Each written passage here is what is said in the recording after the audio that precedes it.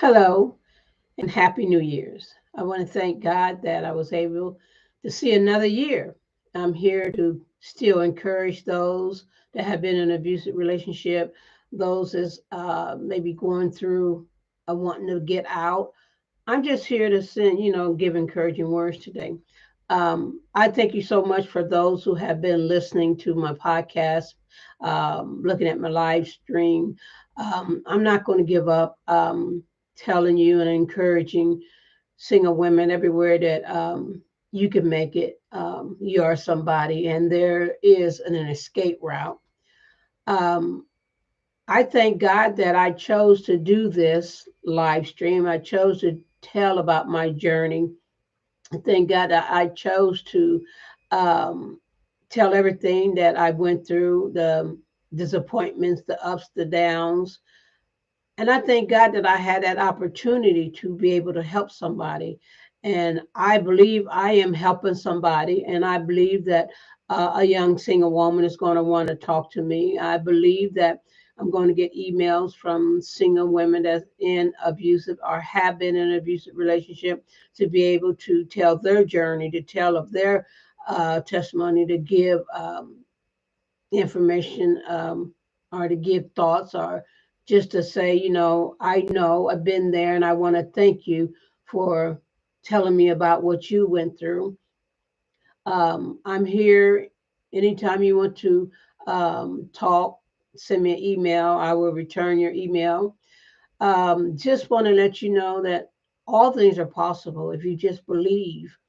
I know sometimes you say, well, I'm in a situation right now and I just can't see a way out. I was there too. I couldn't see a way out. I couldn't think straight enough to find a way out. I couldn't tell myself, you can do this. It's going to be better. You're going to make it out. Uh, I couldn't do that. I didn't know how to do it. So, but I did it. It may took me a while, but I did it. And over the Christmas vacation, the Christmas time, the Christmas of giving of gifts, and um, in time when I was in this relationship and the holidays, the Christmas times when they came around, all was good, all was well. We was having a good time, was having, wasn't no situation, no problems, no misunderstanding, no yelling, no fighting, no bickering, no anything. It was a good time. So, every time the good times would present themselves, I kept saying, well, it's getting better. It's going to be better. So I stayed.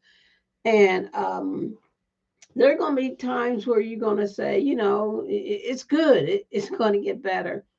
I thought that, but it didn't. It didn't get any better.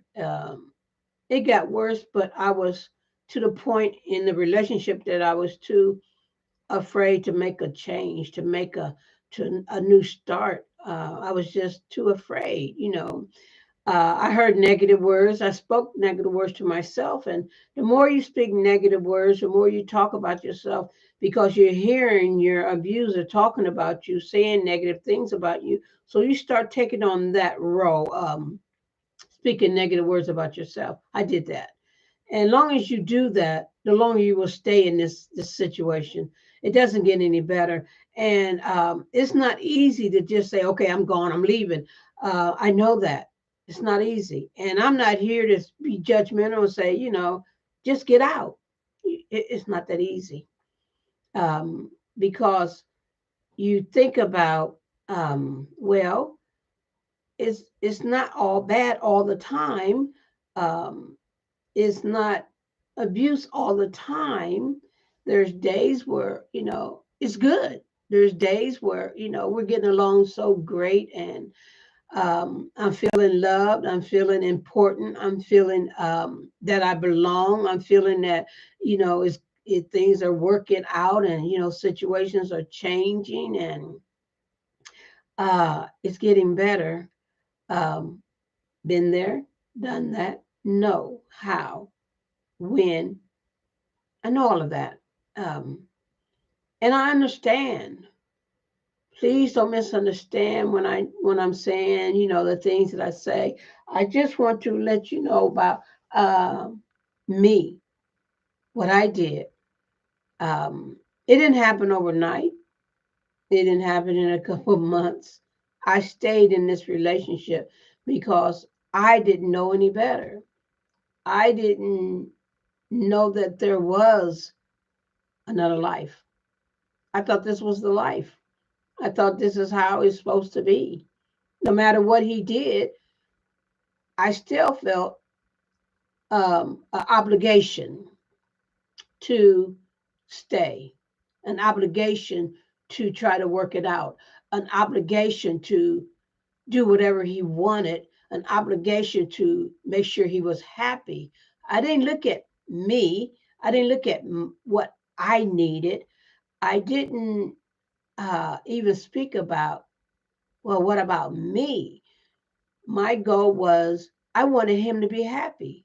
And that's how a person who's being abused, you just want that abuser to be happy, regardless of what he's doing to you. You just want him to be happy. You don't want no more struggles, and you feel that if you say anything that may be not on his way of thinking, the abuse was coming. So you thought, well, what should I say? Um, I got to be careful what I say. I got to be careful how I act. Um, I got to be careful, make sure everything is done um, to make sure that he's happy. I know. Um, I know. And no matter what you do, it's always going to be something that bothers him because it's something that he's going through in his mind, and he don't want to acknowledge that it's him, not you. Because if he acknowledged that it's him and not you, then you win. But he wants to win.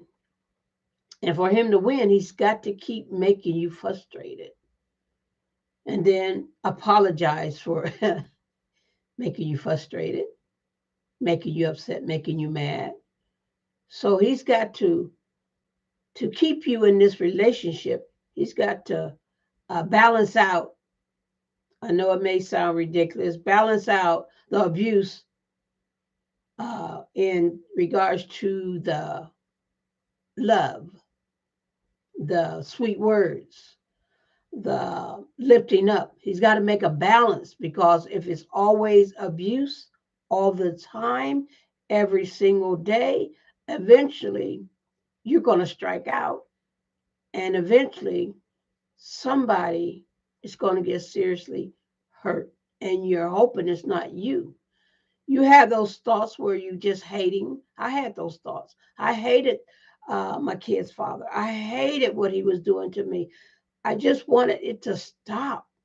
I just wanted to be happy. I just wanted him to understand I'm not doing anything. I'm trying my best. I just wanted to please him. But deep down inside, I was hating him. I was hating everything about him. I hated the way he looked, the way he talked, the way he walked, the way he slept, the way he ate. I hated everything. But I was too afraid to say anything. And that's what it comes down to. The abuse, the person who's being abused is too afraid to call out for help, is too afraid to say, I'm done with you.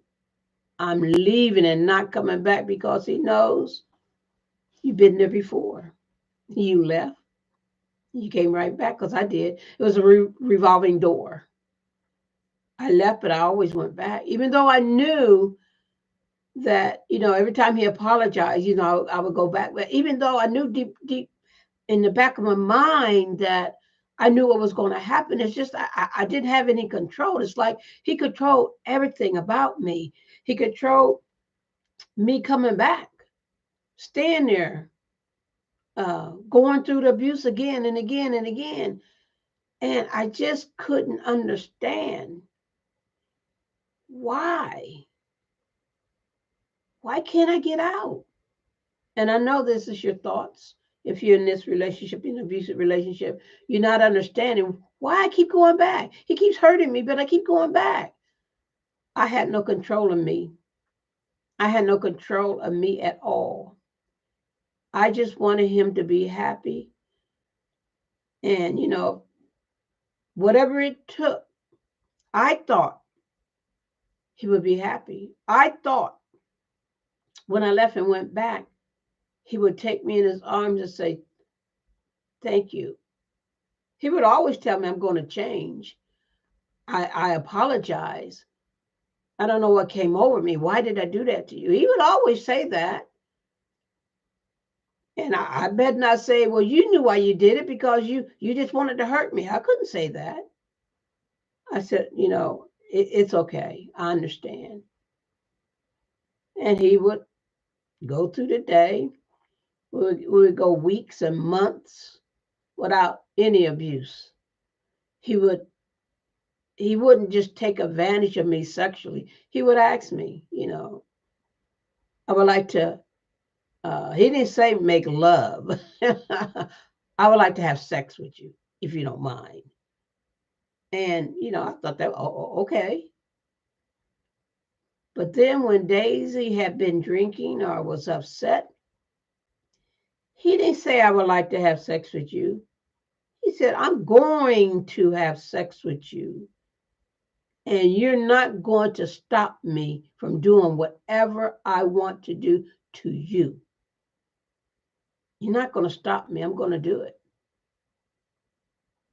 And I don't care how I struggled, how I cried, how I pleaded. He did it anyways. And I laid there and let it happen. What was I supposed to do? Push him up off of me? That would just make it worse. I don't want single women to ever think that I don't care. I really do. And I'm reaching out, and I'll never stop reaching out to the single women. I'll never stop.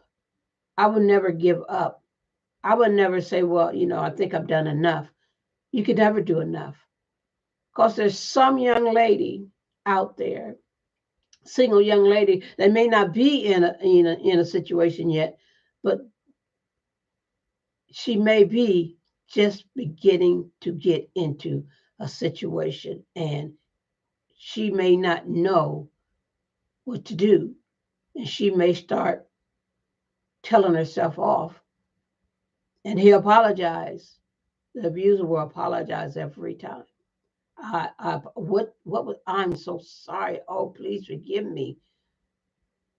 And you do. I did. I forgave him.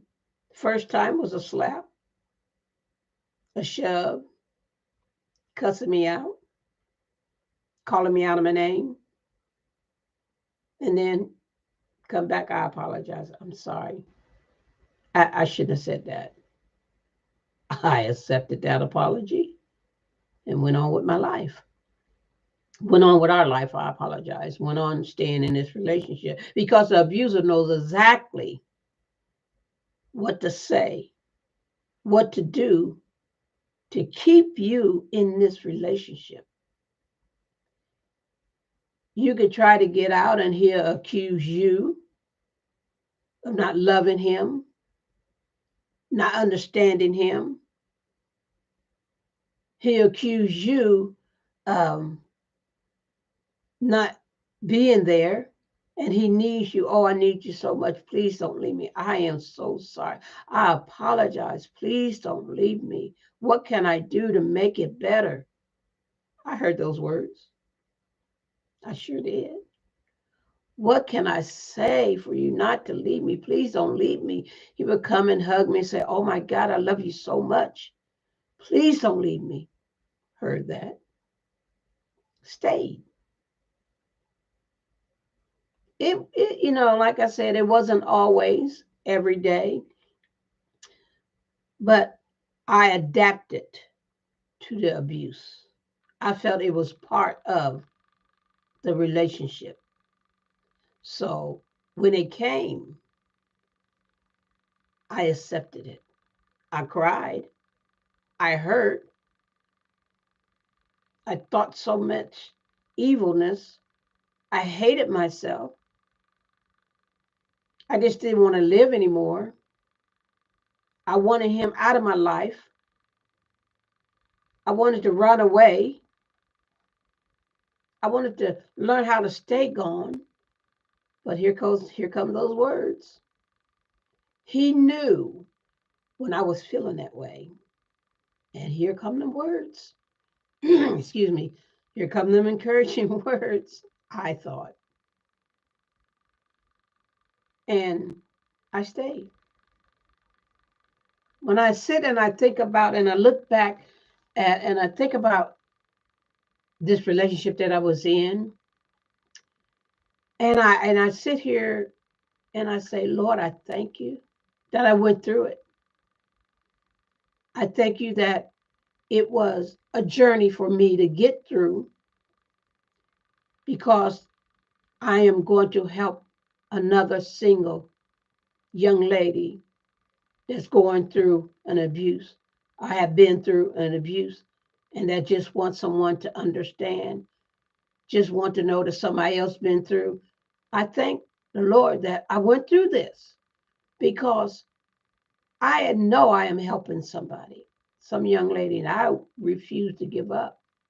I refuse to stop because I know this year, 2023, I'm going to have more women reaching out, wanting to talk, want to be interviewed, want to tell their story. So 2023 is not for me. It's for you, single women that's been abused. It's for you. And I'm here to listen. And you can tell me something. You can say anything about sexual abuse. And I know all about it. I don't care what you say about sexual abuse, what you went through, I know. Been through every sexual abuse a man can do to a woman. I have been there. So 2023 is not for me, it's for you. I'm here. I will always listen. I will always be there for you because I'm a survivor. I survived abuse and I know what you're going through because I've been there.